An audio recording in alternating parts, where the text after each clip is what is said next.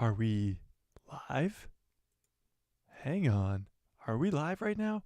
Hold up a second. Are we live? Oh, it looks like we might just be live. Okay. Everybody remain calm. I know. The Mandalorian, the Bad Batch. I know. Remain calm. Remain calm. Calm. Remain calm. Okay? We're gonna go over it. What's up, guys? It's Mike, a guy who loves Star Wars, and today, the day that is this one, we got to talk about a whole lot of stuff. We got The Mandalorian, episode 2 of season 3. We have The Bad Batch, episode 12 of episode 2 of season 2.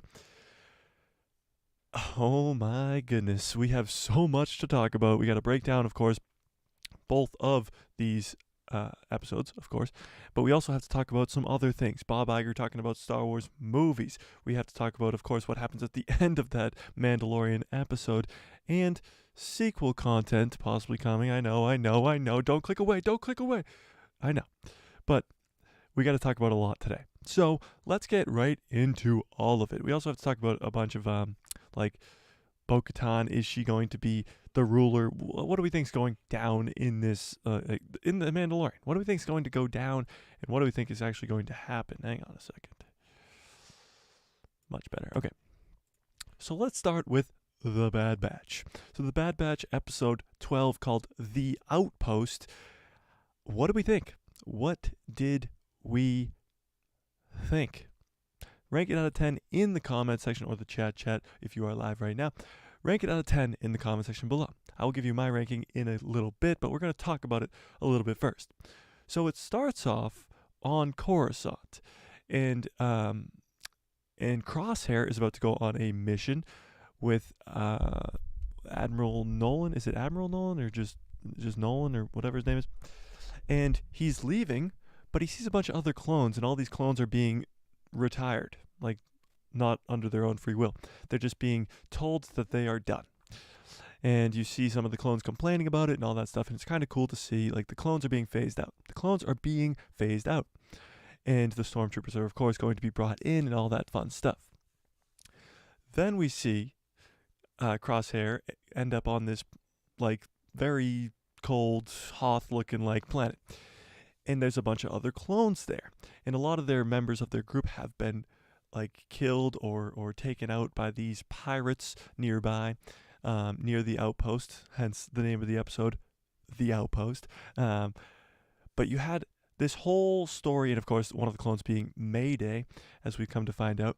And the whole story is that a bunch of stuff has been stolen from the outpost, and this bad Imperial guy says you gotta go get it. You gotta go get it back, and don't come back if you don't have the stuff with you. So Mayday and Crosshair go out to find these group of pirates, which they eventually do, and then they finally kill them and complete the mission. But doing so, they create a my god, I can't think of the avalanche. They create an avalanche. Yeah, it's just okay. An avalanche. They create an avalanche, and Mayday gets really badly hurt. Crosshair is hurt, but, like, not really hurt at all.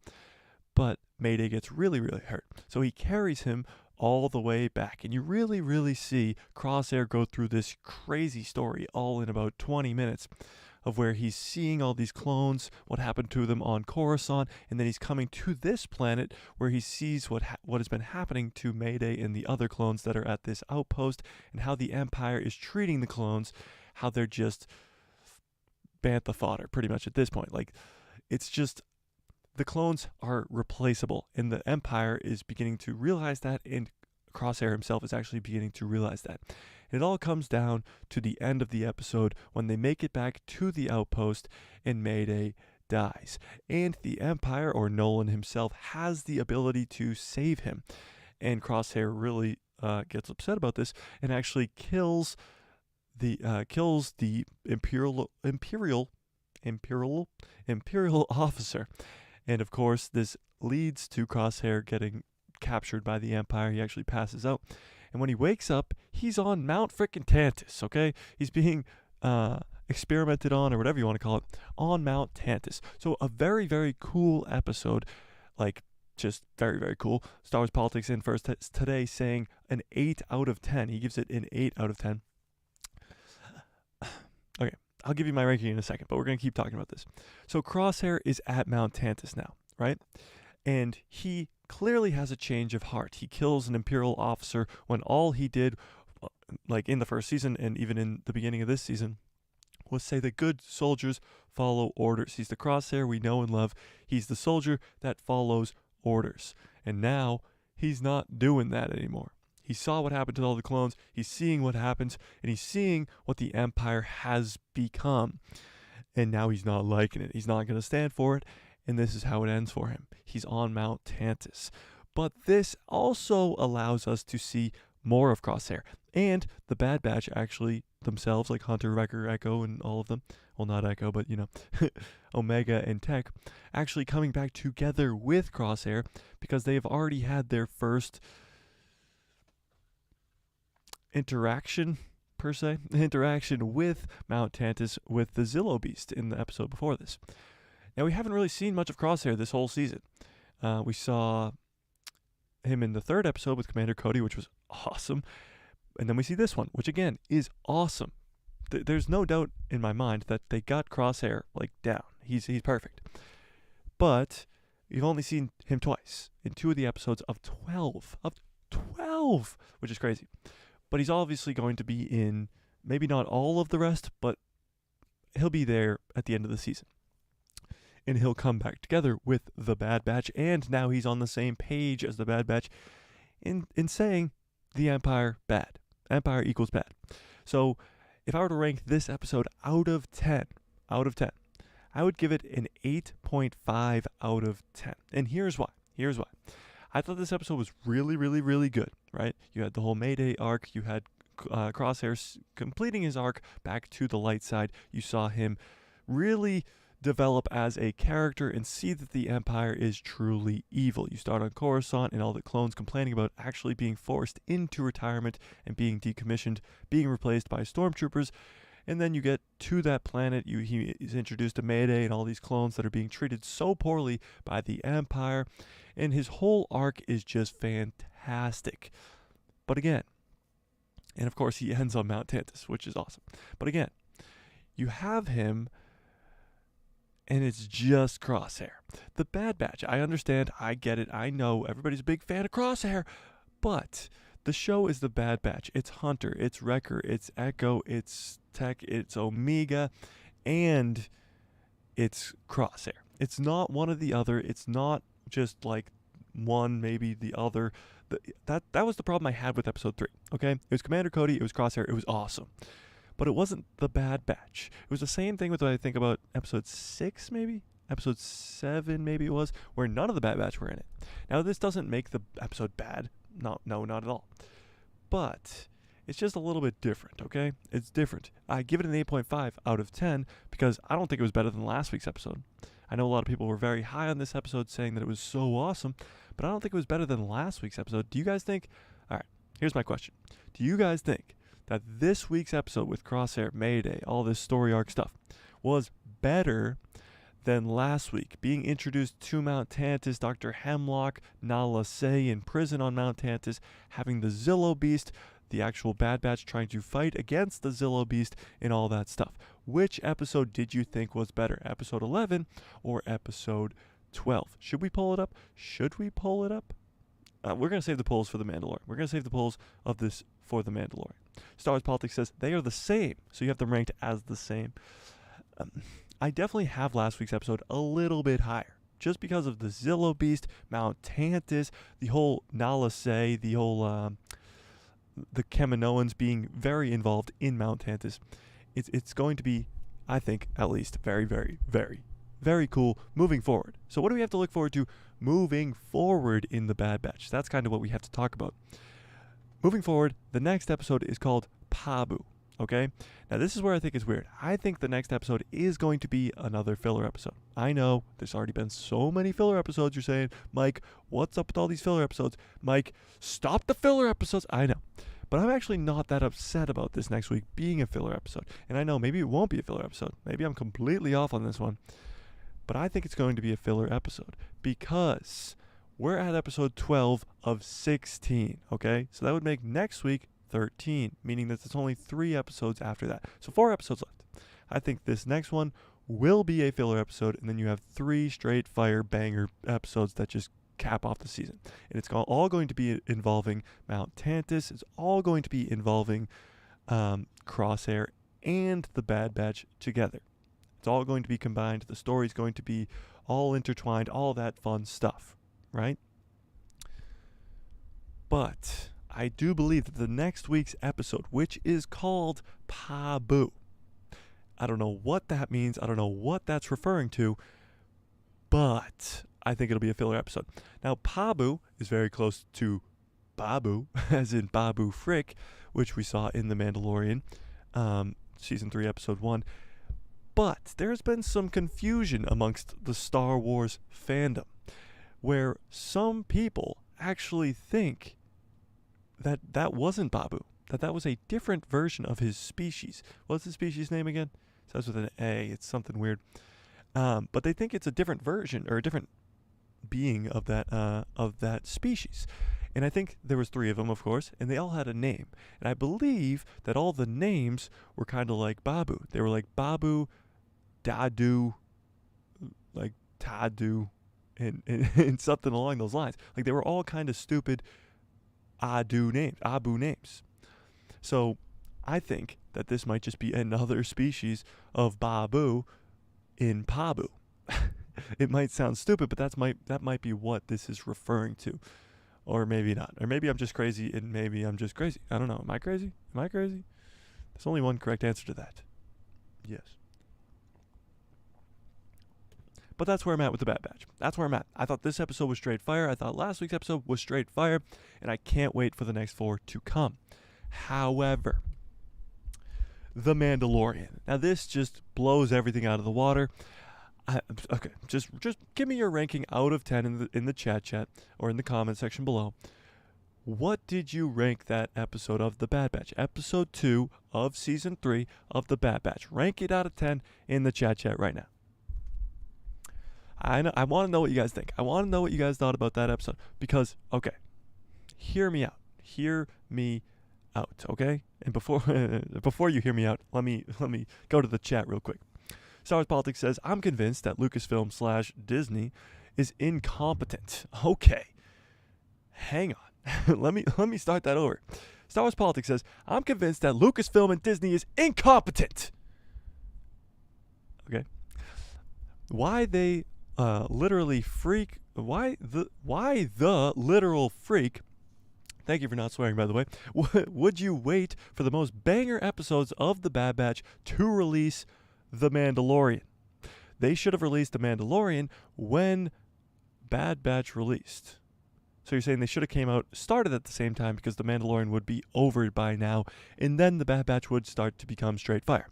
I completely agree with you. I think it's the stupidest thing on the planet that The Bad Batch Season 2 and The Mandalorian Season 3 overlap at all. Literally at all. It's the stupidest thing ever. And if they're going to do it anyway, regardless, put them on different days of the week. Put them on different days of the freaking week. What are we doing here? There's 7 days of the week. There's only 2 Star Wars shows coming out. By the way, the only 2 new Disney Plus shows coming out at all. Why not put them on 2 separate days? Why not put them on 2 separate? Oh, wait, I got a great idea. Why not put them on 2 separate freaking days? Like, am I speaking gibberish right now, or is Star Wars Politics and myself completely correct in this when saying, what the frick's going on? What is going on? Why is there 2 Disney Plus shows coming out at the same time on the same day? And again, like he mentions in his comment here, why did the Bad Batch wait 10 episodes to get good just at the same time that the Mandalorian came out? So the Mandalorian is straight fire, the Bad Batch is straight fire at the same time. Why? What? Why? There's 7 days of the week. There's 365 days of a freaking calendar year. Did you guys know that? 365 days. Did you guys know that? Did you guys know that there's 365 days of the year? And guess what? 6 of those days, technically, 6 Wednesdays are going to have The Bad Batch and The Mandalorian on the same day. The same day. I honestly think that like Star Wars Politics says here, he's convinced that Lucasfilm/Disney is incompetent. It's come to that point. It has come to that point. However, the only reason I know I just went on this crazy rant here, and it seems like I'm really upset because I'm really upset.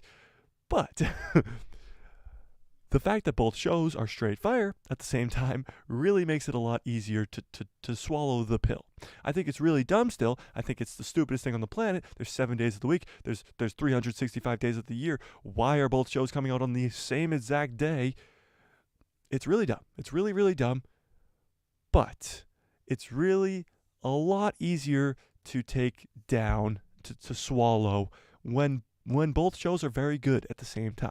When The Mandalorian is giving us Bo-Katan, the Mythazar, straight fire Mandalorian lore episodes, and The Bad Batch is giving us Mount Tantus, Crosshair, and cool, awesome stuff. It's easier to swallow, but there still is a problem. That's kind of how it is. The content is great, but there still is a just developmental problem. Why are they coming out on the same exact freaking day? It's stupid. It's stupid, but we're going to break down The Mandalorian episode 2 anyway. Maybe we should start a poll or petition or something to get one of these episodes on a freaking other day. The Mandalorian season 1, was season 2 actually on Fridays too? The Mandalorian season 1 was on Fridays. Came out every Friday. Was season 2 on Fridays too? Somebody in the chat tell me. Was season 2 on Fridays as well? Because they, of course, moved the date to Wednesday. I think because of a Marvel show. Am I right? I think a Marvel show moved to Wednesdays for some reason. Who knows? For some reason, they moved to Wednesdays. But why not have Marvel on Wednesdays and then Star Wars on Fridays or something along those lines? It's just really dumb that we have both shows, both really good shows, I know, really good shows, coming out on the same freaking day. Push The Mandalorian back to Fridays. You'll also get more views on the opener because more people are available on Fridays. Fridays of the week is when people are most available. And I won't even get started on it, but I'm just going to mention it just briefly. Why does it come out at 3 in the morning, Eastern Standard Time? Why does it come out at 12 Pacific Time? Why is this show not coming out like HBO does at 9 o'clock on Sundays or during the day or 5 o'clock at night or something attainable? Why do we have to stay up till 3 in the freaking morning to watch the show as it immediately comes out? I don't know. I won't go too far into that, but it's just another problem I have with it. Release it on a Friday at 7 o'clock. A Friday at 6 o'clock, 6 p.m. Why not? Why not? Why not? If you can give me just a valid answer as to why not, then I'll be fine. I'll be fine. I'll back off. I'll back the frick off. Okay, The Mandalorian season 3, episode 2. Let's talk about it. Let's break it down. Put your ranking out of 10 in the chat right now. What do you rank this episode out of 10? The Mines of Mandalore. What do we rank it out of 10? What do you rank this episode out of 10? 10. Hang on, that's reversed. Hang on. 10. That was easy. I'll of course tell you my ranking after we break down the episode. So the episode starts on Tatooine. Of course, we know this. Pelimoto's ripping off some Rodian, and with the Jawas, a lot like we saw in the Obi-Wan Kenobi show when the Jawas were trying to rip off Obi-Wan. And it's Bunta Eve. It's Bunta Eve. And if you guys are unfamiliar with Bunta Eve is where the pod race was in episode 1 of The Phantom Menace. The pod race is on Bunta Eve, which is very cool. We get a callback to Bunta Eve, and Din and Grogu pull up to Tatooine looking for a part for IG-11, which is awesome. It's awesome. We get Pelimoto, and she sells Din R5. Of course, I always have to bring up R5, who's always behind me in my live streams and all my videos. I've had this R5 since like 2006 or something. It's a remote control R5. He's got a bad motivator. Yeah, no. So it is, of course, the same R5 from A New Hope who has a bad motivator. But he takes R5 and he takes him to Mandalore. And when they get to Mandalore, there's a bunch of the upper atmosphere is just a giant storm, and they have to go through it. It's a little bit of a shaky drive, but he says that the fusion bombs have cut off the magnetic something or other that makes the transmissions almost nearly impossible to get out of the planet's atmosphere. So they can't communicate with the outside world, meaning if they get in trouble, they can't call for help, which, of course, happens. So they land on the planet. They send out R5. He gets destroyed or whatever. He falls off the scanner. So Din has to go out himself, and you hear the breathing. It kind of sounds like Vader, but they've made it distinctively different, so nobody gets confused that Din Djarin is Darth Vader. And of course, because that would be a crazy confusion that most people would probably make. Honestly, it's really sad to see some fans who like just don't grasp the concept. Like, we won't get into that. We'll just keep going.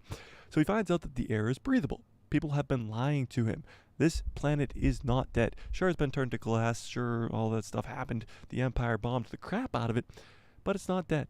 It's not a dead planet. So he jetpacks down with Grogu down to the surface of the Civic Center, where he's looking for the entrance to the mines of Mandalore. When he comes upon a Mandalorian helmet that he picks up, which triggers this I don't even want, no, what do you want to call it? Let's call it a spider creepy alien robot thing. Sure? Spider creepy alien robot thing? Perfect. So the spider creepy alien robot thing, I'm not going to be able to remember that. So somebody's going to have to remind me like 100 times in the chat, okay? Spider creepy alien robot thing. Got it? Write it down. Go. Okay. So the spider creepy alien robot thing takes Din Djarin and knocks him out with like a needle or something like that. And Grogu tries to help him. Obviously doesn't work. Grogu's like, the Force. He's like, no, go get Bo-Katan. So he does this awesome flip into his pod, and he does this awesome escape. That was awesome. Did I say awesome? Did I say that was awesome? Did I say that was awesome? It was awesome, by the way. It was awesome. And then he front flips into the M1 Starfighter, and he actually ends up going shoo to Bo-Katan. Obviously R5 helping him along the way. So he gets to Bo-Katan's planet, which is Kalevala, where her castle is. Awesome. Bo-Katan has a castle. Not a thing. Okay. So Bo-Katan actually agrees to come help Din Djarin, of course. Even though when Grogu shows up, doesn't Bo-Katan seem kind of like pissed off? She's like, we'll end him once and for all, or something like that. Like it's kind of funny. It's kind of funny. It's kind of funny. Okay. Somebody in the Discord. By the way, because it's just coming up, somebody's talking in the Discord right now. There is a link in the description of this video to a Discord called The People Who Love Star Wars. So if you want to go check that out, go join the Discord. We have a lot of fun in that Discord talking about all the fun stuff that's going on, and especially with the Mandalorian and the Book of Boba Fett coming up. I mean, the Book of Boba Fett, the Bad Batch coming up. We got a lot of fun stuff to talk about. But back to where were we? Where were we? Okay, so Bo-Katan comes to save the day, right? And she gives us a crazy amount of Mandalorian lore throughout this episode. Like an insane amount. Like they first land on the planet and she talks about how you can clearly tell on her face that a ton of stuff has happened on this planet. She clearly, obviously grew up there, but she clearly lost a lot of people that she knew in the destruction of the planet. And lost a lot. I mean, she was the ruler of the planet at the time when it was destroyed by the Empire. So she lost a ton, like an absolute ton. But she gives us a ton of information regarding the planet. When she gets attacked by the same creatures that attacked Din Djarin, she calls them Alamites or Alanites. She gets attacked by them and mentions that they got pushed back into the wasteland when the Mandalorians were there. So they weren't near the cities. But now they're near the cities. She also says, well, if they survived, then what else did? What else survived? What else could have survived the bombardment from the Empire? Because they tried to destroy all the Mandalorians, but what other creatures could have survived? Of course, we'll find out later in the episode that a bunch of other creatures have survived, like that dragon thing that chases Grogu. And, of course, this, what is it, spider creepy alien robot thing. Yes, spider creepy alien robot thing obviously survived. And of course, something called a mythosaur. Okay, we'll get into that in a second though. Hang on. Calm down. Okay. So she gets the bow. She gets the Din, and she pulls the darksaber to her using a grapple and grabs the darksaber and wields it like a badass, like a boss, like the absolute coolest. Wields the darksaber just like ching ching ding ding bing bing. That's how it sounded. And she destroys this spider creepy alien robot thing. Yes. She destroys it pretty easily, like just very easily. And we come to realize at this point that Bo-Katan is way better with the darksaber than Din Djarin is, and she knows so much, or really all there is to know, about Mandalore and about the lore of Mandalore, and of course she already was the leader of Mandalore. So most people now are speculating that Bo-Katan will likely be the leader of the Mandalorian. However, Din Djarin still has the darksaber, and of course whoever holds the darksaber holds the claim to the throne.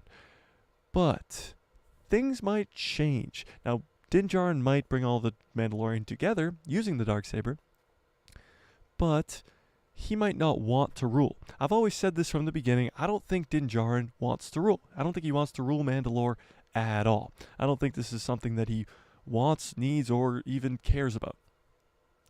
But Bo-Katan clearly cares about it, and Din Djarin knows this. So some way, somehow, I think Din Djarin is going to find a way to give Bo-Katan the darksaber, or to just make her the ruler, regardless of having the darksaber. And there is actually a way that this could possibly happen, and it happens at the end of the episode. So let's keep going. So the episode continues because Bo-Katan saved Din Djarin, and she's like, all right, let's get off this planet because this planet is crawling with people that could kill us. And he's like, no, I have to get to the living waters. I have to bathe in the living waters to get my Mandalorianness back. By the way, Mandalorianness, it's a word. Look it up. Google it right now. I dare you. It's a word. So he has to get his Mandalorianness back, and he goes to the living waters. So they finally get to the living waters where Bo-Katan reads the plaque that's there. And the plaque pretty much says, I mean, I can't quote it, but it pretty much says that the leader of Mandalore, one of the OGs, or the OG, Mandalore himself, Mandalore the Great, he tamed the mythosaur. And it was one of the last mythosaur, and this was the home of that mythosaur. These living waters underneath the Civic Center was where he housed that mythosaur. Now, the mythosaur have been dead, or at least presumably dead, for thousands of years.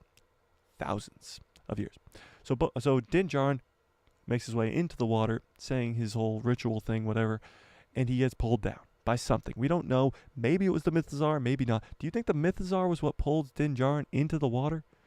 If so, why? I don't know. But Bo-Katan goes diving in right after him. She has to go really deep to go find Din Djarin, like really deep.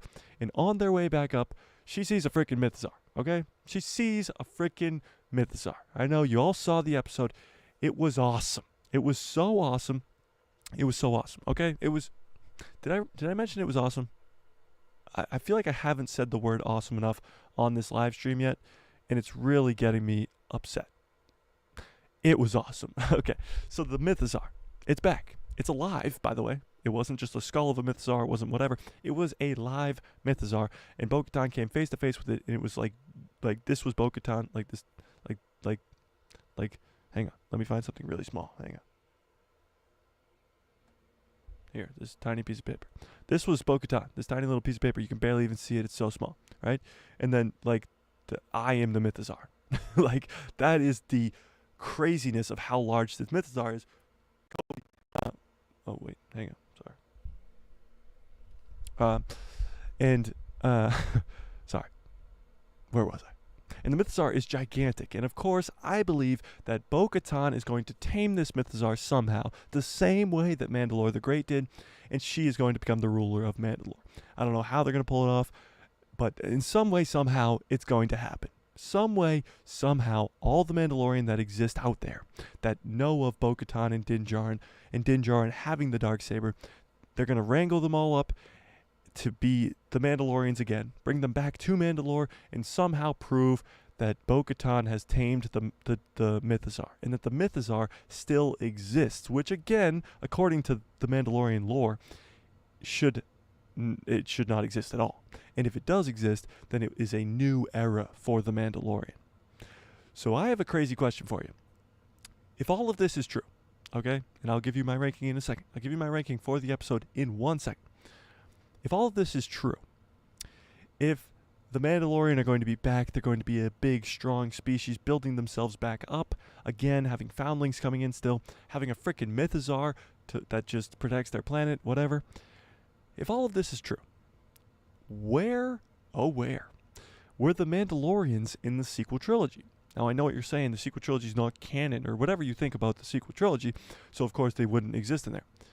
But let's say the sequels are canon. Just do a brain exercise with me for a while. I think they're canon, of course, because they exist. But let's say the sequels are canon, right? And they exist, okay? Okay. Where were the Mandalorian? You didn't see one singular Mandalorian in the sequel trilogy, and you could just chalk it up to bad story writing or whatever. But if they're building up this whole Mandalorian Kree on the planet of Mandalore with a freaking Mythosaur, how are they not going to appear in the sequel trilogy at all? So, Star Wars Politics says the same reason you told me we don't see Thrawn. So here's the difference with Thrawn. At least I believe. Here's the difference with Thrawn. I think Thrawn is in this new beyond. This new corner of the galaxy, whatever you want to call it. This new space outside of the Star Wars galaxy that we're supposed to be introduced to in the Ahsoka show. So, if that's the case, if Thrawn is in that new beyond, then Mandalore is still in the Star Wars galaxy. Thrawn is not. He's in a different spot in the galaxy. Now you could say, well, if Din and Thrawn if Thrawn and his undead army come into the Star Wars galaxy, then you're talking about a completely different thing. If Thrawn comes in and survives, then yeah, you're completely right. How is it not mentioned in the sequel trilogy? All that stuff. You're right. You're right. But if Thrawn stays in this new beyond and they go to meet him, if the Mandalorians go to fight Thrawn in the new beyond and then get extinct, that would be a bummer. But that would be an explanation, I guess. True. Okay, so I'll rank this episode. I'm ranking this episode, and if you watch my breakdown video, you know. Okay, by the way, my breakdown video, okay. So I literally had a crazy busy day yesterday, so making that breakdown video was a struggle and a half. I literally had to start editing it, and then I had to take a break for a while, and then go back to it, edit it later. It was a whole thing. And I posted it, I was like, I'm late. It was like 5:30. I was like, everybody's already watched all their breakdown videos, blah, blah, blah. This is not going to get any views. Wake up this morning, and it's got like a ton of views, okay? Thank you guys, of course, by the way. But yeah, that was wild, okay. But to rank this episode out of 10, I would give this episode a 9 out of 10. Literally awesome. Have I said awesome? Awesome. It was so good. It was so freaking good. You had Bo-Katan, you had all that Mandalorian lore, you had, of course, the spider, creepy alien robot-looking thing. Yeah, you know it. You know it. You know it. The spider, creepy alien robot-looking thing. You had Grogu flipping around. You had Bo-Katan giving us all this Mandalorian knowledge. Bo-Katan going ham with the Darksaber. And, of course, to top it all off, the cherry on the top. I should really get a cherry to put on my head. So every time I say cherry on the top, I can just plop a cherry on my head. Genius. Somebody get on that. Somebody send me a cherry. Come on. Okay. So all of that is a 9 out of 10. It was so good. And of course, we'll talk about episode 3 in the runtime that we just got for episode 3 because it's freaking wild. But it was a 9 out of 10. That episode was so freaking good. It was so good. Jeffrey Snow in today saying, so Din is going to ride the Mythosaur? That's what John wants to do. Jeffrey, I know you just showed up, but I was just saying, I think Bo-Katan is going to ride the Mythosaur. I think, of course, Din Djarin still has the Darksaber. Din Djarin's still going to be the guy. He's the Mandalorian. But I think they're setting up Bo-Katan to ride this Mythosaur. I think it's definitely going to be Bo-Katan. Star Wars Politics says, straight out of Transformers. Yeah, the spider, creepy, alien robot looking thing. It literally looked straight out of Transformers. It was so cool, though. Actually, it kind of reminded me of General Grievous. Anybody else get that? He really looked like General Grievous. Like, and even like the way he breathed, or like just like, it wasn't a cough like General Grievous, but it was weird, you know. Star Wars Politics says, who directed this episode? I didn't see. It was a girl named Rachel Morrison. This is the first time she's actually touched The Mandalorian, maybe even Star Wars in general. But she was good. I mean, it was great. I thought this episode was really, really, really good. Jeffrey Snow says, I just got here, so I've never heard your POV. Thanks for the update. Yeah, no problem. Of course, I know we got guys coming in late. Of course, Jeffrey, you're late. But it's okay. It's okay. It's okay. Yeah, I definitely think Bo-Katan's going to be riding the Mythosaur and not Din Djarin. Hey, why not put Grogu on there? Why not put Grogu on the Mythosaur? Also,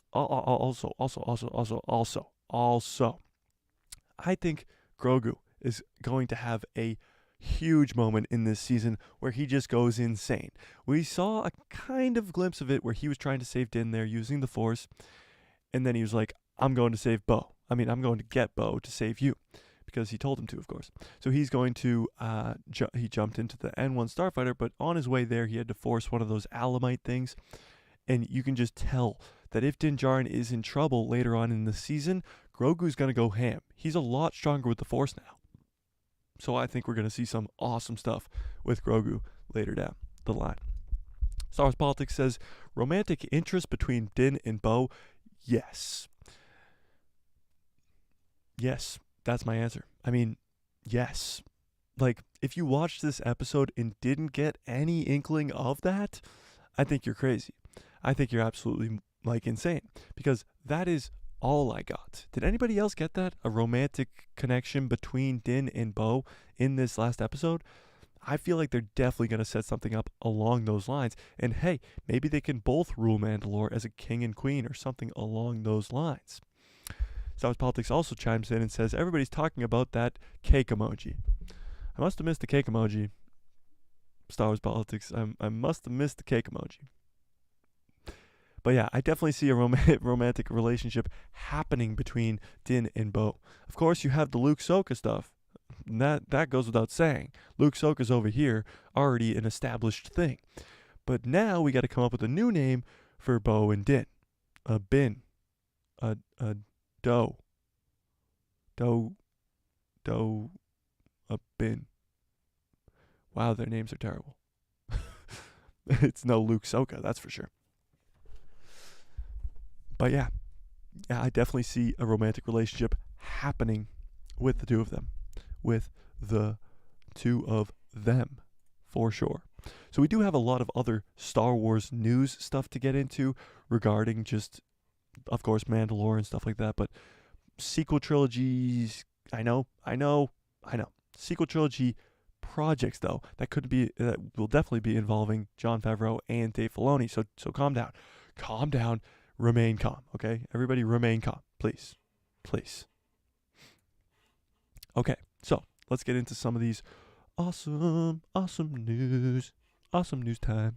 So, The Mandalorian season 3, episode 3. Episode 3 has a runtime, okay? I'm working on a short right now. I recorded it literally right before we went live, and I'm going to be posting it probably right after we're done here. Has a runtime. 56 minutes and 11 seconds. Yes, you heard me correctly. 56 minutes and 11 seconds. 5-6. You literally can't say that without smiling. It's awesome. Not only is it ridiculously long, it is the longest episode of any Star Wars Disney Plus series ever. It's awesome. 56 minutes and 11 seconds. It's just a little bit longer than the premiere of season 2, which held the record before. This is awesome. The longest episode. So everybody was a little bit concerned, myself included. I was actually getting very, very concerned right before the premiere that it was only 35 minutes and that it was not going to be all that good. We got through it. It was actually good. And then episode 2 was 45 minutes, which again, a 10-minute jump. And now we're up to 56 minutes, which is another 10-minute jump. So if we keep going along this trend, I mean, by the end of the season, we'll be at an hour and a half, but I doubt it's going to go that way. But 56 minutes for episode 3 is going to be awesome. It's going to be absolutely fan-freaking-tastic. It's going to be so cool. Jeffrey Snow says, my thoughts about what I would love to see both solely for the order or mindset of the Mandalorian going forward. They are way too disconnected as a race. So I can say that because Mando works off Creed. You lost me there, Jeffrey. Hang on. Let me try and read it again. My thoughts about that. I would love to see both solely for both Bo and Din, I'm guessing, both solely for the order or mindset of the Mandalorian going the way it was too disconnected. So I think what Jeffrey's trying to say here is he thinks that Din and Bo Katan would be great together to lead because they both have, yes, there you go, Jeffrey. I got you. So Din has his Kree and all that stuff, and Bo Katan has her whole other thing. Like she has the Death Watch, she has all her other beliefs as a Mandalorian. So the two of them having similar beliefs and ruling together would be insane. I have to mention, because we just hit double-digit viewers. Ladies and gentlemen, I would like to give a round of applause to you guys for checking this channel out, because you guys are the freaking best. We just hit double digits. It rarely ever happens. It's only happened a handful of other times. But thank you guys so much. And don't forget to hit that like button. And, of course, check out the Discord in the link in the description below. Discord, link, people who love Star Wars. Go check it out. Yeah, true. Okay. Star Wars Politics says Bo likes the Creed, though. Yeah, she kind of does like the Creed. You could kind of tell in that last episode that she kind of did. I think everyone, though, Din could cave to Bo. Star Wars Politics, I think I just had a stroke reading your message, or you might have had a stroke writing it. I think everyone, though, Din would cave to Bo. Okay. Let me try again. I thought everyone thought Din would cave to Bo, but maybe Bo caves to Din's ideology. Yeah, so maybe Bo Katan, or maybe it's just a balance of both. You never know with the Mandalorian. I mean, they've been at civil wars for freaking thousands of years. So maybe they'll have just the two of them having different ideologies leading together could bring all the Mandalorians back together. Could happen. Could definitely happen. But what do we think about episode 3 being 56 minutes? I mean, of course, there's always the possibility that it's 56 minutes of hot garbage, but I seriously doubt that that's the case. What do we think about episode 3 being 56 freaking minutes? I think it's the coolest thing to ever happen in my entire life. I don't think that's an overstatement. Jeffrey Snow says, it could be a revolution, as in the first possible live film wedding between two Mandalorians. Hopefully, we get something close to that. It would be historic. True, you could see like a Din and Bo wedding, but how would he kiss the bride? But it would be like Anakin and Padme's wedding. It would be historic. It would be awesome. I think that would be very cool. But there would be, of course, the problem of kissing the bride. They would have to cut away or something, or yeah. Actually, wait, hang on. I just found a flaw in the Mandalorian Creed. Hang on. The Children of the Watch claim that they can't remove their helmet in front of another living creature. Okay? How did they... How you guys get where I'm going with this, right? How is there more Children of the Watch? Is it purely based on foundlings, and then when they get old and die, they just never have... no... Okay. We're gonna move on from that subject. Okay. Yep. No thanks. No thanks. Okay. So, post sequel trilogy content being discussed. I know. Don't click away. Sequels, we get it. We're not going to crap on the sequels. We're not going to talk about the sequels. We're just talking about post sequel trilogy stuff. Okay? Take all your hopes, dreams, worries about the sequel trilogy, throw them out the window because we're not even talking about the sequel trilogy itself. Okay? We're talking about post sequel trilogy. Okay? Okay. Okay. Okay. Okay. So, Jon Favreau has confirmed that they are hang on. Let me read English one more time. Jon Favreau has confirmed that there are discussions on post-sequel trilogy content with Lucasfilm. Rumors surrounding Damon Lindelof's upcoming Star Wars film have pointed towards a movie set after Star Wars: The Rise of Skywalker, featuring a new cast of characters, not the sequel trilogy cast. We hope to learn more about this in the upcoming Star Wars Celebration in Europe in April. And I mean, Star Wars Celebration is going to be awesome. Of course, tell me if you're going, by the way, in the chat right now. If you guys are going to Star Wars Celebration, tell me. To quote Jon Favreau right here, he says, there's definitely a conversation that's going on. And then also what happens after the sequel trilogy. Because, and I say this all the time, but Jon Favreau says it himself, because the sequel trilogy only takes place over a course of a few years. And it's a big thing on the screen, and it's very eventful. But it is a relatively brief moment in history over the course of thousands of years that Star Wars takes place.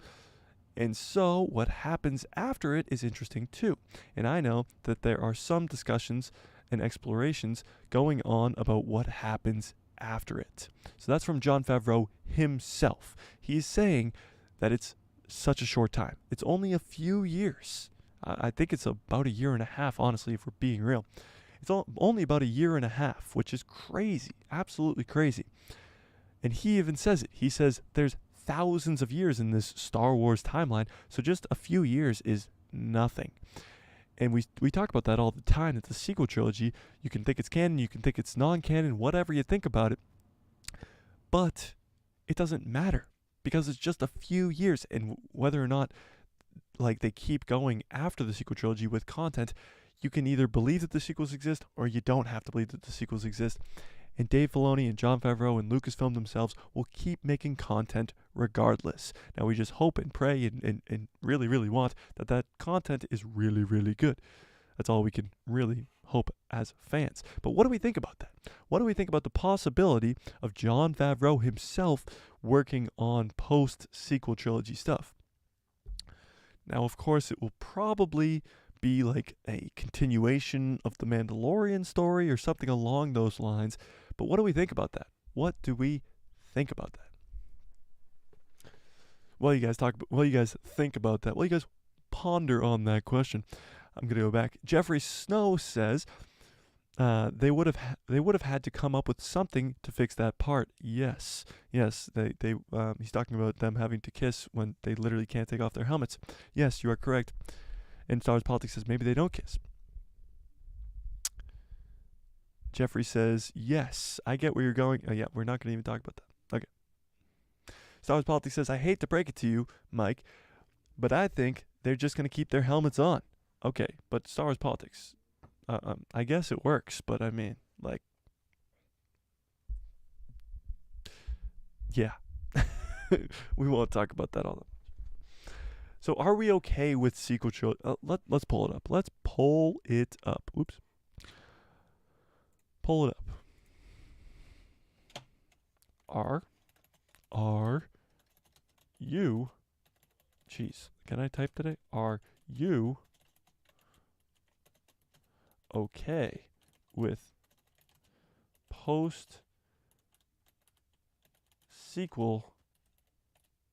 content? Yes or no? You guys tell me. Are you okay with post-sequel content? Kind of along the lines of, as long as it's not like Rey and Finn and Poe and Rose and all those sequel characters. Are you okay with them moving forward after? I know a lot of people want them to go back to the Old Republic or go do something else in the past, like the origins of the Jedi or the origins of the Sith or something along those lines, or maybe even go into the High Republic, which they're working on a lot right now. But would you be okay with them going past the sequels and going into a different time? Would we be okay with that? Wow, right off the bat, 67% of you guys say no. You don't want to see post-sequel content. Now that's actually very surprising to me because when you put it like, if it's not Rey, if it's not Finn, if it's not Poe, if it's a new cast of characters, or if it's even a continuation of the Mandalorian arc that is going on right now, I would be okay with that. I would actually want that, like, a lot. But it's very interesting to see where you guys are at. Jeffrey Snow says, I don't like the sequels, and I don't talk about it.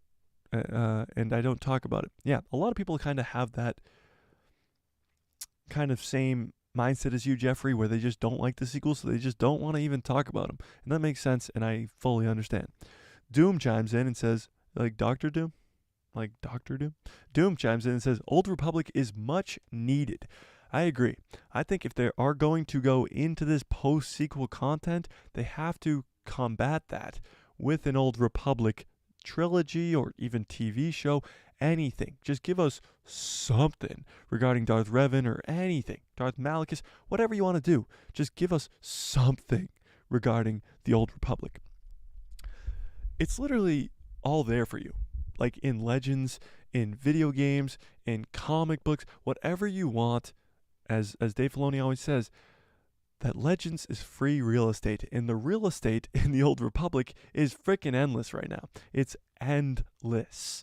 So it's kind of like, come on, give us some Old Republic stuff. Like, what are we waiting for? Now, I know there's been talks about the remake of the Knights of the Old Republic, but that's even kind of been shelved.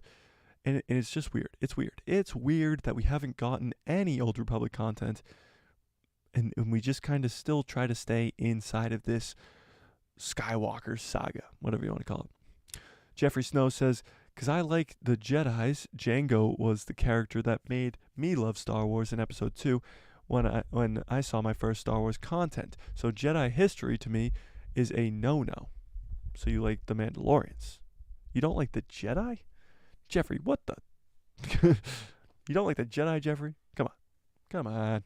The Jedi. The Jedi Order. All right, we got some other news to cover here, like a lot more. I've been slacking here. So we got some other news to cover. This is regarding the Ahsoka show. The Ahsoka show series is released in late summer now. So we talked about how it could be in the fall. Actually, Rosario Dawson brought up this rumor herself. But here's what these people say.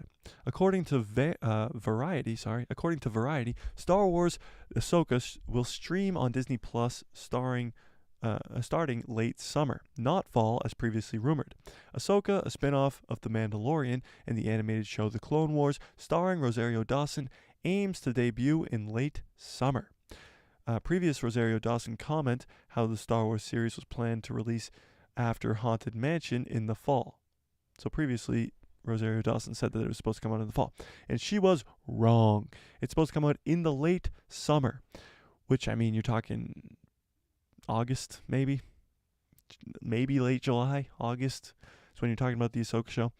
Which I think, again, is ridiculous. If we go back to what we were talking about earlier and how the Bad Batch and the Mandalorian are overlapping, when we're going to get May, June, and July off from Star Wars shows, it's dumb. It's dumb. It's really, really, really dumb. It's dumb. How is it? Please, somebody tell me how.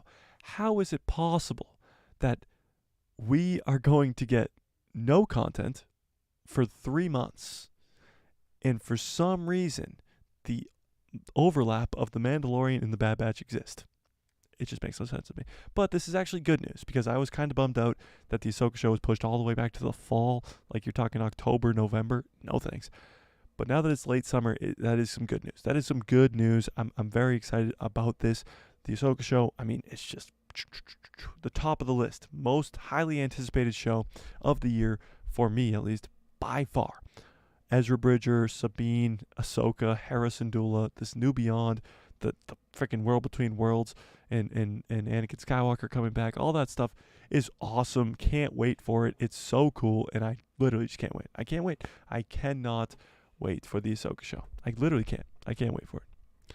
It's going to be awesome. It's going to be awesome. What the heck's going on here? Why is this not updating for me? Odd. Let me see if I refresh the page. Oh, there we go. There we go. There we go. Jeffrey Snow says, no Jedi, maybe Qui-Gon. Oh, I get you. Star Wars Politics chimes in and says, I want post-sequel over Old Republic. New stories. Wow. I think Star Wars Politics, you might be one of the only people on this freaking planet that wants post-sequel content over the Old Republic. I get it. I would be so excited for Old Republic content because I know those characters. But the reason that the post-sequel stuff has a kind of a negative connotation to it is because of the word sequels. Whenever anybody hears the sequels, they just think of the sequels with Rey and Kylo Ren and all the toboggle that is the sequel trilogy. When they hear post-sequel trilogy content, they just hear sequel trilogy content. So they really don't get a difference. They just don't. They just don't. Jeffrey Snow says, that makes sense to the point because many people don't know one jack about Sith. True. Nobody knows anything about Sith. I feel like they need new stories. Oh, wait. Jeffrey Snow says new stories about would be a nice addition. Yes. See, I think, because here's the problem. The Sith are extinct. Palpatine disappears and evil is gone from the galaxy. So in a post-sequel world, you're not going to have Sith. No thanks. I'd rather go back to the Old Republic or even before the Old Republic and deal with a crazy amount of Sith. Like armies of Sith. That would be awesome. The Sith, like, as cool as the Jedi are, the Sith are even cooler. You think about all the cool characters in Star Wars. Darth Vader, Darth Maul, Count Dooku, Palpatine, all of them.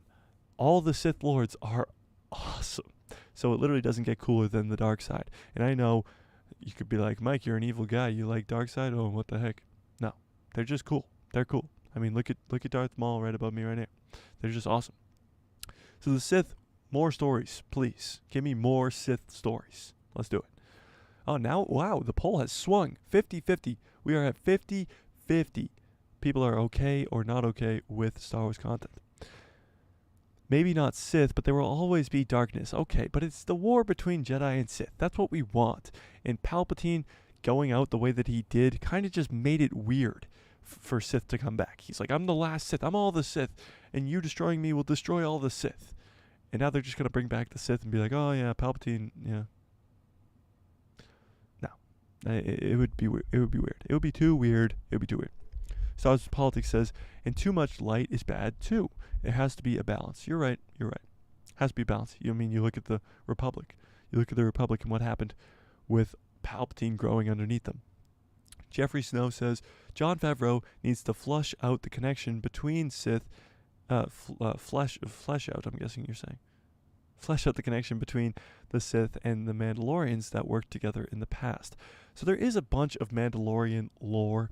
The Mandalorian had wars with the Jedi for thousands of years, and they only had one Jedi Mandalorian ever in Tar Vizsla, and now you could have Grogu be the next. You could have Grogu be a Jedi Mandalorian.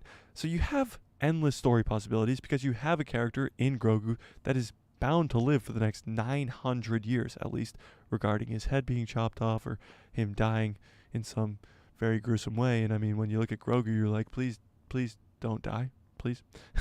And it would seem a little strange to me that they wouldn't keep going with Grogu as the anchor for the next post-sequel content, whatever you want to call it.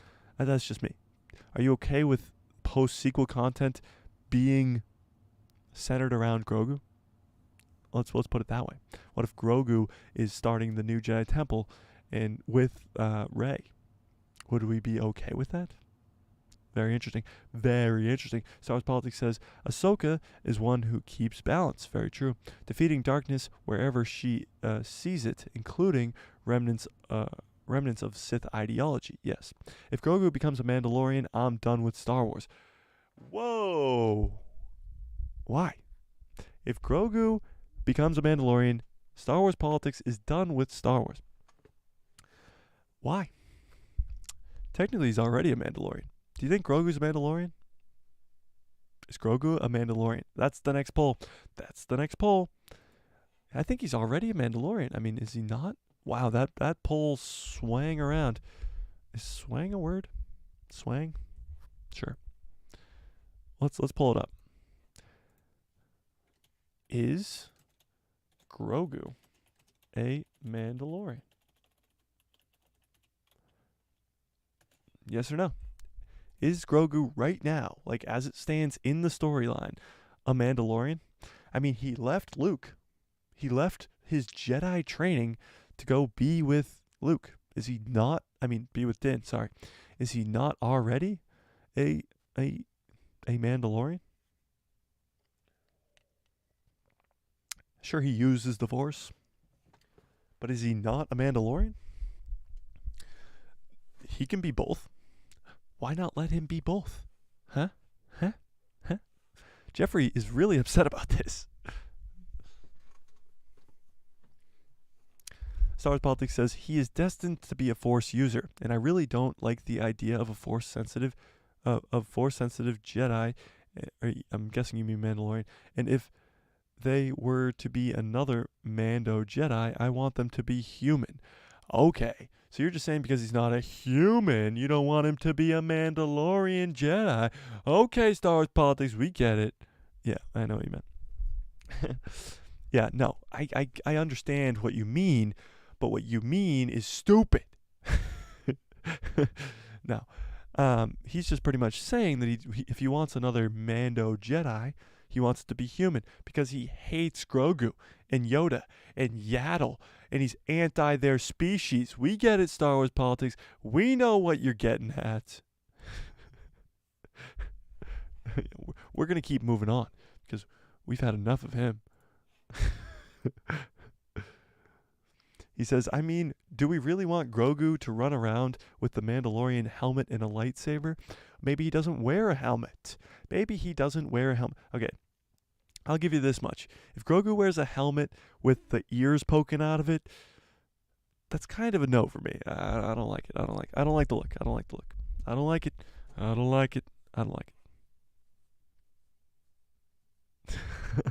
Okay, let's keep going.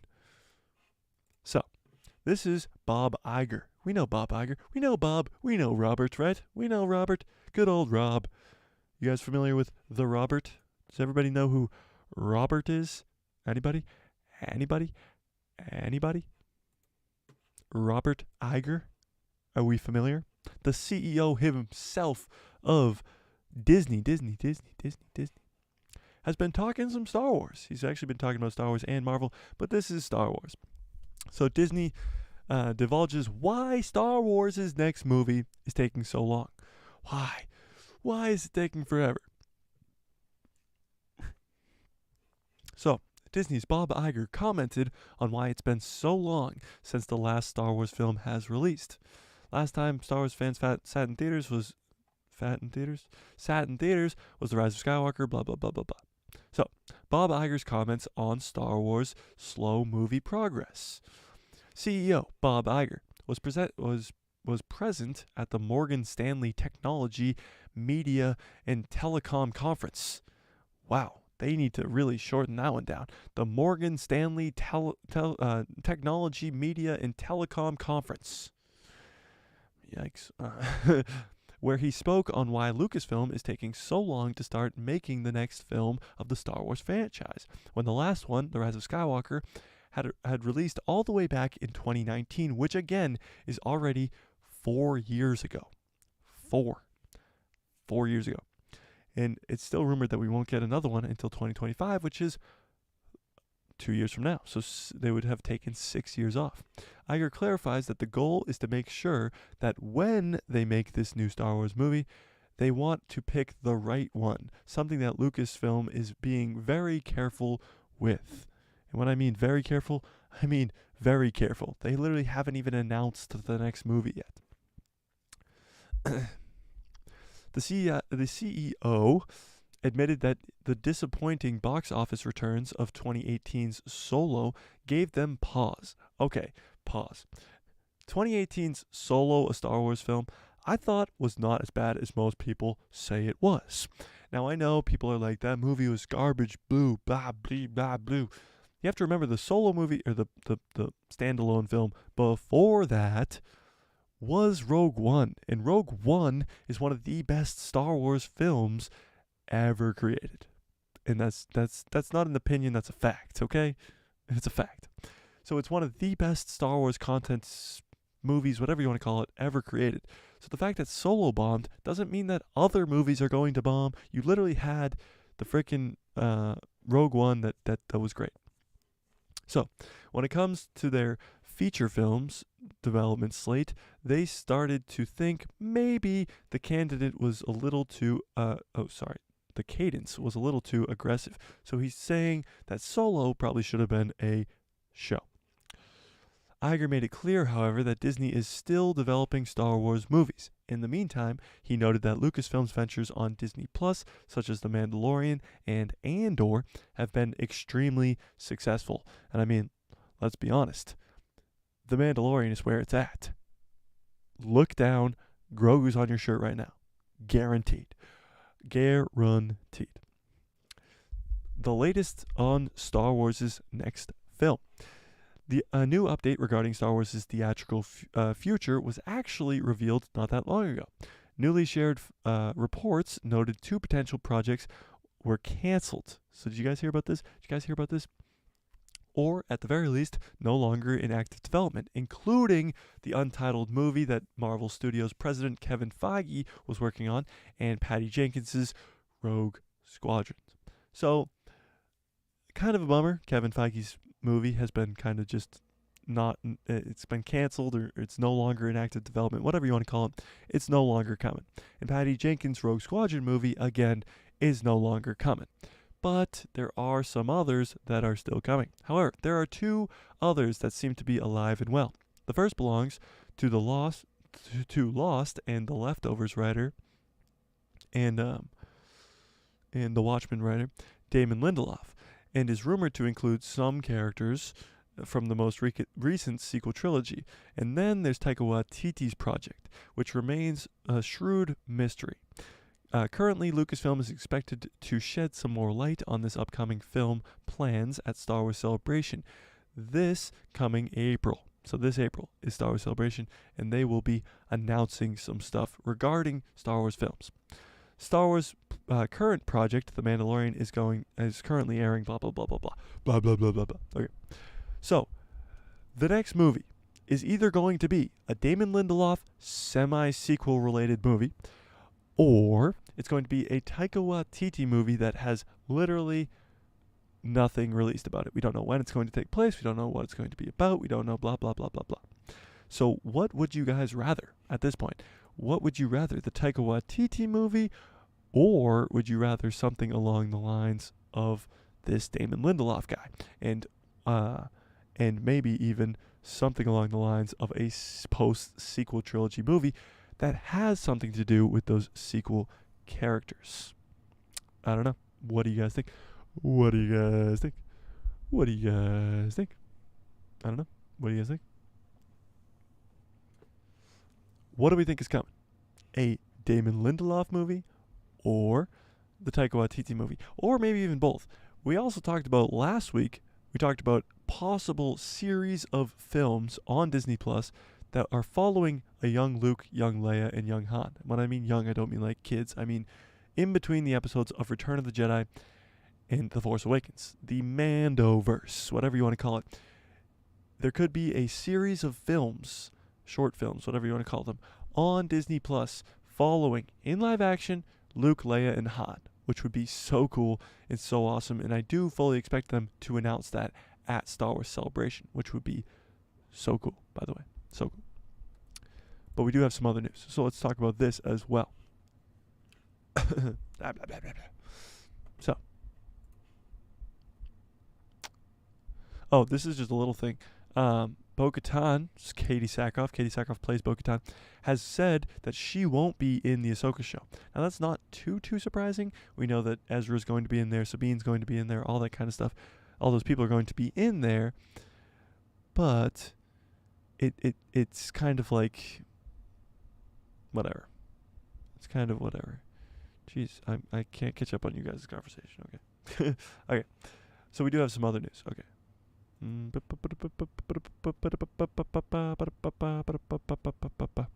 Here we go. So, this is regarding the rest of The Mandalorian Season 3. This is it. The Mythosaur. Of course, we freaked out a little bit earlier on in the stream about the Mythosaur. We kind of did. We bounced up and down. We got excited about the Mythosaur because the Mythosaur is awesome, okay? It's awesome, okay? It's awesome. But The Mandalorian's Mythosaur explained 5 major implications for Season 3. So, the end of Chapter 18 of The Mandalorian had a huge impact for the rest of Season 3. Blah, blah, blah, blah, blah. Okay, warning. The rest of this article... Oh, yeah, guys, if I didn't mention this an hour and 11 minutes ago, there are going to be spoilers for Chapter 18 or Episode 2 of The Mandalorian in this live stream. So, yeah, if you guys don't want any spoilers, you probably should have checked out, like, an hour ago. Okay, so Chapter 18 of The Mandalorian reveals that the fabled Mythosaur is actually real, and that one still lives and breathes in the mines of Mandalore. Let that sink in for a second, because holy crap, that's real. Holy crap. Holy crap. Okay? As Din cleanses himself in the waters, he is pulled under the surface. When Bo-Katan jetpacks down to retrieve him, she comes face to face with the creature on the way up. So let's go full screen with this image. Dude, I mean, come on. Look at this thing. Let's zoom in on it. Dude, come on. You guys can't really see it. Let me. This thing is awesome. Come on. Come on. This is too cool. This is too freaking cool. I could stare at this all freaking day, so we're going to keep going. So, throughout the first 2 seasons of The Mandalorian, as well as the Book of Boba Fett, it was revealed that the Mythosaur and the ruler of Mandalore go hand in hand with each other. Again, the reason I think Bo-Katan could be involved. In Chapter 5 of the Book of Boba Fett, Emily Swallows, that's her name? Emily Swallows? We're going to keep going. The armorer explains... The armorer explained the philosophy of the Mythosaur to Din. The songs of eons past foretold of the Mythosaur rising up to herald a new age of Mandalore. So this is it. This is what is going on. This is exactly what is going on, and this is the future of Season 3.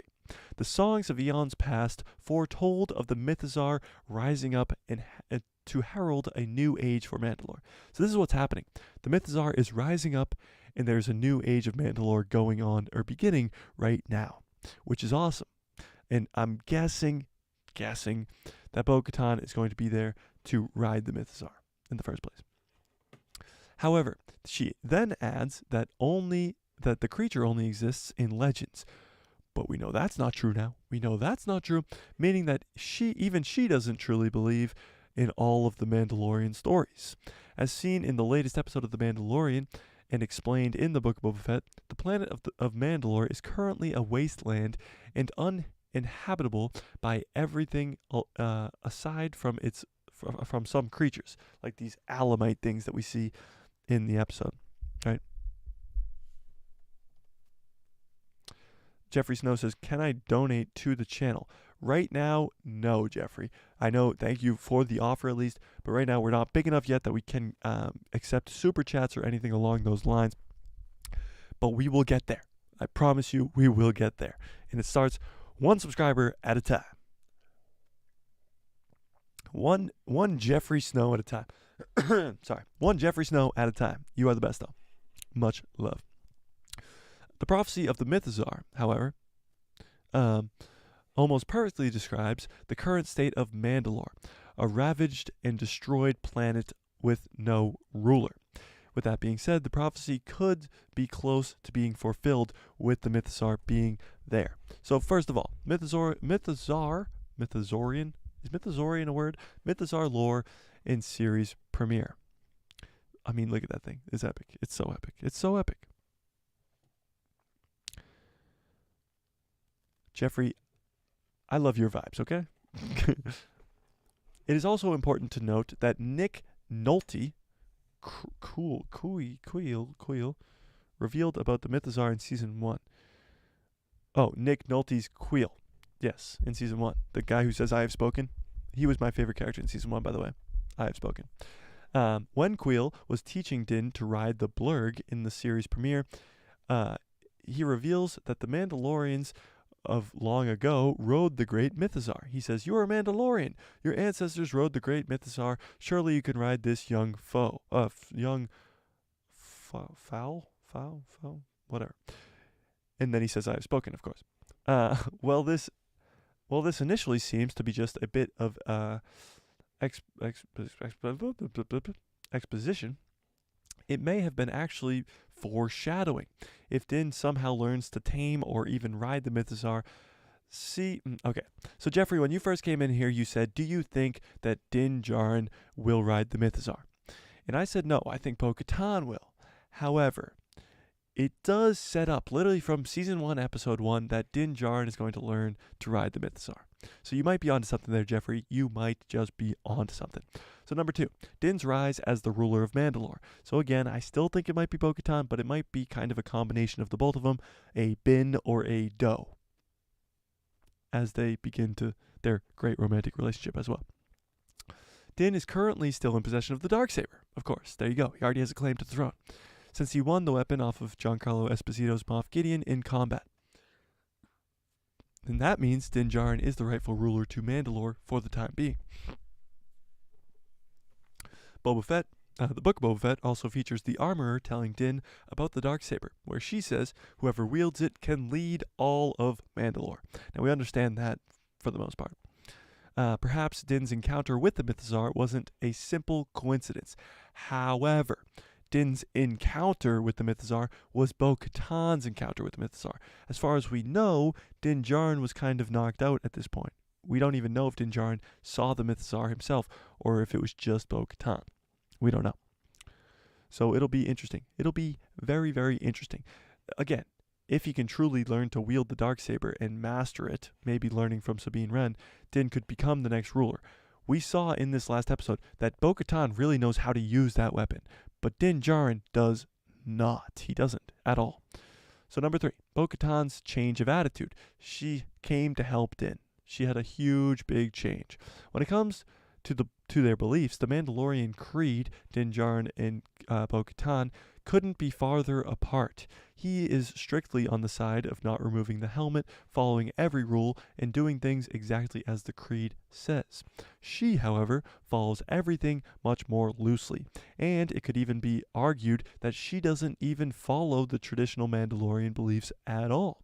Bo-Katan made it clear on multiple occasions that she doesn't believe in the living waters held any type of power, and regarding everything along the lines of the children's stories, meaning the children of the Watch.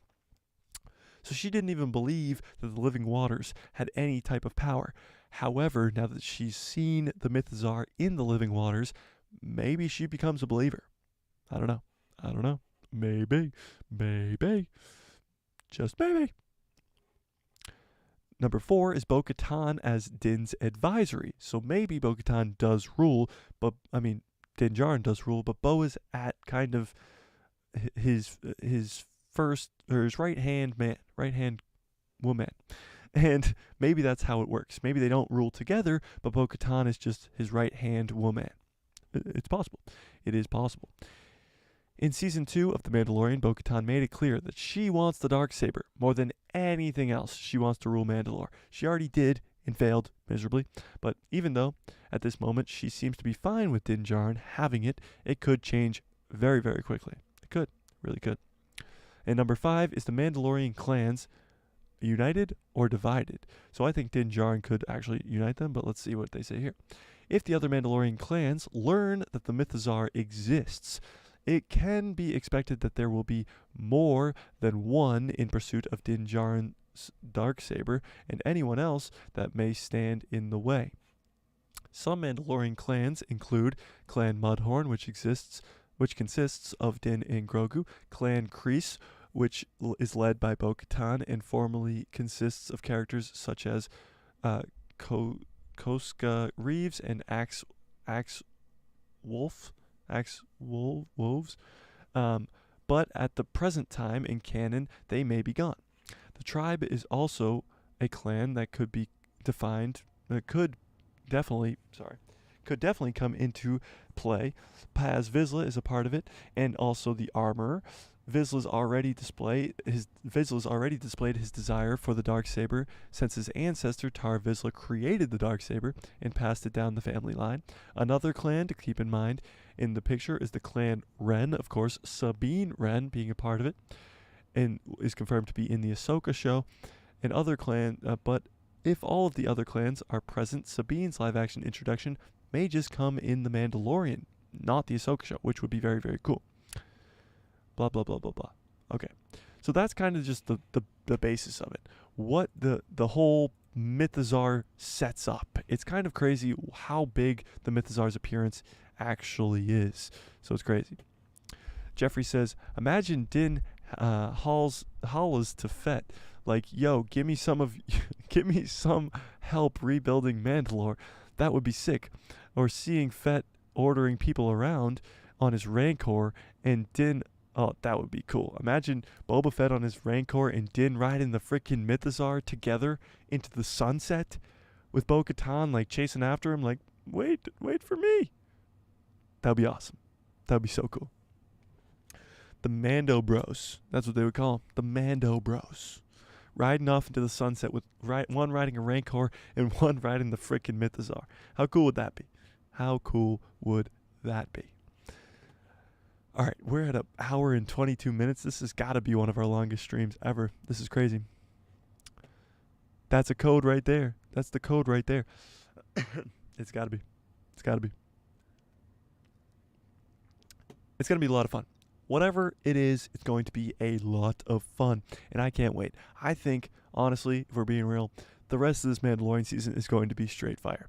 The fact that episode 3 is already 56 minutes is wild. I absolutely cannot wait. It's going to be so good, and I can't wait for it. I literally cannot wait for the next episode, and I can't wait for the rest of the season.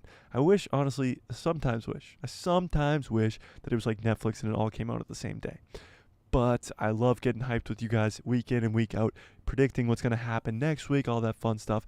It is so cool, and I can't wait. Can't wait. Jeffrey Snow says, before you end, though, I want your thoughts on Fennec's character development so far. I have a few thoughts, but I want to hear someone else's. So Fennec Shand. Fennec Shand is a great bounty hunter. I mean, her early on development, all we've seen of her is her in the Bad Batch trying to chase down Omega, which is all right. I wouldn't mind seeing more of her in the Bad Batch or in like some other animated form or something on her early days of bounty hunting. But she has become some renowned bounty hunter by the time of the Mandalorian Season 1, because we figured that out in the Gunslinger episode on Tatooine before they end up killing her. But yeah, her kind of story development early on in the Book of Boba Fett is kind of weak. I mean, she's just become the right-hand woman for Boba Fett. So, I mean, however you feel about that is kind of to each your own. But I like Fennec Shand. I really do. When she shows up in the Mandalorian Season 2 with Boba, she is badass. I mean, there's no denying it. She's badass. And I really do hope we get more of her. That's my hope. Hope and dream we get more of Fennec Shand. Because, what's the actress's name? I always loved her from Agents of S.H.I.E.L.D., actually. I used to be a big Agents of S.H.I.E.L.D. fan until that show fell off hard. We have no backstory. Plus, it makes it more complicated when Omega gets in the picture. Like, way weird now because who hires her from Clone Wars? But what about before that? Oh, because we know who hires her from Clone Wars, but what about before that? Yeah, it is weird. I mean, she's not in the Clone Wars, obviously. Um, yeah, she's a new character, so it's kind of hard to just throw her in there. I mean, she existed, but she didn't. It's kind of Fennec Shand is cool, and I think like early on development for her character is not gonna happen all that much. Maybe in like books or comic books or something like that. But yeah, I think Fennec is definitely gonna get some more screen time for sure. Maybe in a Book of Boba Fett season 2, or maybe even in the the Mandalorian season 3. You never know. Maybe we could see her. Maybe we could see her. Maybe we could see her. All right, I'm gonna get on out of here. You guys are the absolute best. We hit 10 viewers, double digits today, and it was fantastic, fan-freaking-tastic, and I can't wait to keep growing with you guys. And someday, Jeffrey, someday we'll be able to make it so that you can donate to the channel. I promise. I promise. We're actually a lot closer than you think. We are. I think we're getting there. We're getting there. We're getting there. So don't forget to hit that subscribe so that we can get there.